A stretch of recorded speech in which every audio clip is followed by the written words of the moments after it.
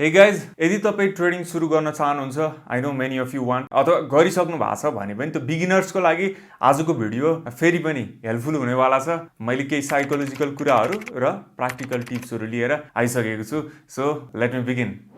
Trading भनेको यस्तो profession हो जहाँ छिर्नको लागि एकदमै सजिलो छ।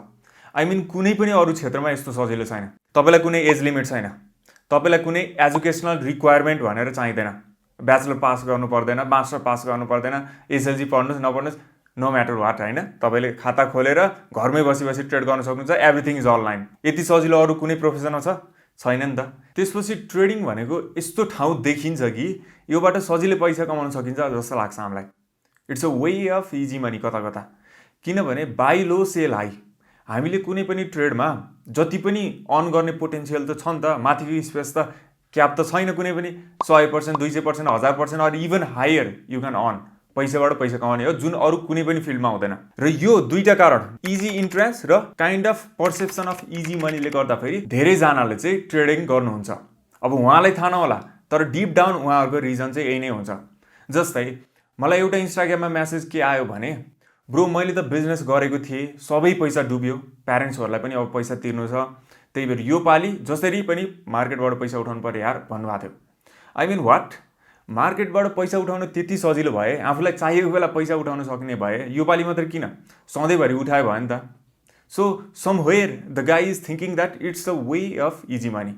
तर मैले चाहिँ एक हिसाबमा आफ्नो एक्सपिरियन्स अनुसार, नलेज अनुसार भन्नुपर्दाखेरि ट्रेडिङ गर्न सजिलो छैन।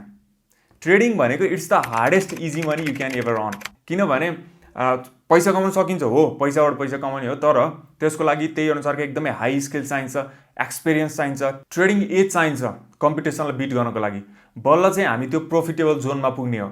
सो मैले ओभरअल भन्न खोजेको के हो भने, यदि तपाईँले राम्ररी सिरियसली ट्रेड गर्ने हो भने पहिला सुरु तपाईँले आफ्नो वाइ ट्रेडिङ भन्ने क्वेसनको एन्सर पत्ता लगाउनुहोस्। If you are here just because you think it's a way to easy money or it has so easy entrance, then it's not going to be good. तपाईँले एउटा स्ट्रङ र real reason चाहिँ राख्नु पर्यो। जस्तै मैले किन ट्रेडिङ गर्दैछु, किनभने म आफ्नो क्यापिटललाई एउटा हायर रेट अफ रिटर्नमा बढाउँदै लान चाहन्छु। म फाइनेन्सियल इन्डिपेन्डेन्स हासिल गर्नको लागि जुन टार्गेट एमाउन्ट छ नि, त्यसलाई चाँडोभन्दा चाँडो एचिभ गर्न चाहन्छु। मलाई चाहिँ अलिकति फ्री भएर, इन्डिपेन्डेन्ट भएर काम गर्नु मनपर्छ, अनि मलाई त्यो मार्केटको डाइनामिक्स मनपर्छ, त्यसबाट पैसा कमाउनु सकिन्छ भन्ने कन्फिडेन्स ममा छ। सो यसरी आफ्नो वाइलाई तपाईँले स्ट्रङ बनाउनु भयो भने, रियल राख्नु भयो भने, तपाईँको हाउ टु ट्रेड भन्ने क्वेसन एकदमै सजिलो हुन जान्छ। The stronger your why, easier is your how. अब यही हाउको कुरामा धेरैजनाले सुरुवात गर्दाखेरि चाहिँ कताडि सिक्ने होला भन्नुहुन्छ। तपाईँले इन्टरनेटमा सबै कुरा पाउनुहुन्छ कि। There are so many books, internet sites, कोर्सेसहरू छ, युट्युब च्यानलहरू छ, जहाँबाट पनि सिक्न सकिन्छ। तर एउटा डेडिकेटेड टाइम चाहिँ छुट्याइदिनुहोस्। Like start by giving at least 2 hour for learning about trading. दिनको 2 घन्टाको दरमा हामीले समय छुट्याएर दिनदिनै सिक्ने हो भने तपाईँको 1 वर्षमा लर्निङ यहाँबाट यहाँ पुग्छ। 5 वर्षसम्म निरन्तर गर्नु त तपाईँको लर्निङ कहाँ हो, त्यो कम्पाउन्डिङ इफेक्ट हुँदै जाने हो। अनि अर्को कुरा, सुरु गर्दा फेरि सिक्ने कसरी हो भन्दाखेरि आइपिओहरू भर्दै गएपछि, त्यो किनबेच अलिअलि गर्न थालेपछि बिस्तारै सिक्दै जाने हो कि। You can start with paper trading also. Share संसारमा सेयर खेलाडी भन्ने पोर्टल छ, त्यहाँ गएर पेपर ट्रेडिङ गरेर पनि मार्केटको सबै कुराबारे अवगत हुन सक्नुहुन्छ।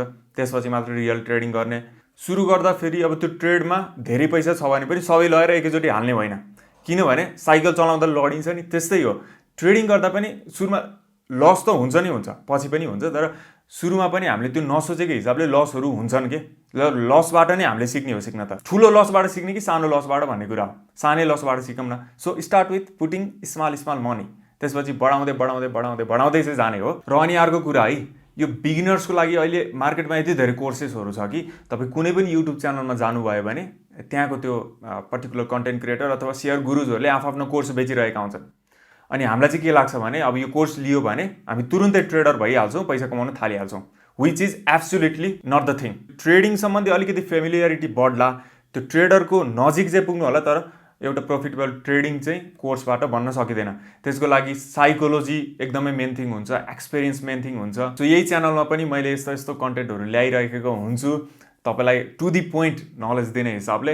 यदि तपाईँलाई मनपर्छ भने लाइक कमेन्ट गर्नुहोस्। अनि मैले के पनि सोचिरहेको छु भने, I will bring a special video जहाँ चाहिँ म मेरो ट्रेडिङ हिस्ट्रीहरू सबै रिभिल गरिदिन्छु। स्पेशली बिगिनिङ गर्दा पनि मैले कता कताबाट सुरु गरेको थिएँ, तपाईँलाई पक्कै पनि हेल्पफुल हुन्छ होला हैन। So if you guys want it त्यो पनि कमेन्ट गर्नुहोस्। आजको लागि चाहिँ यति नै थियो। I will see in the next video. Till then bye by.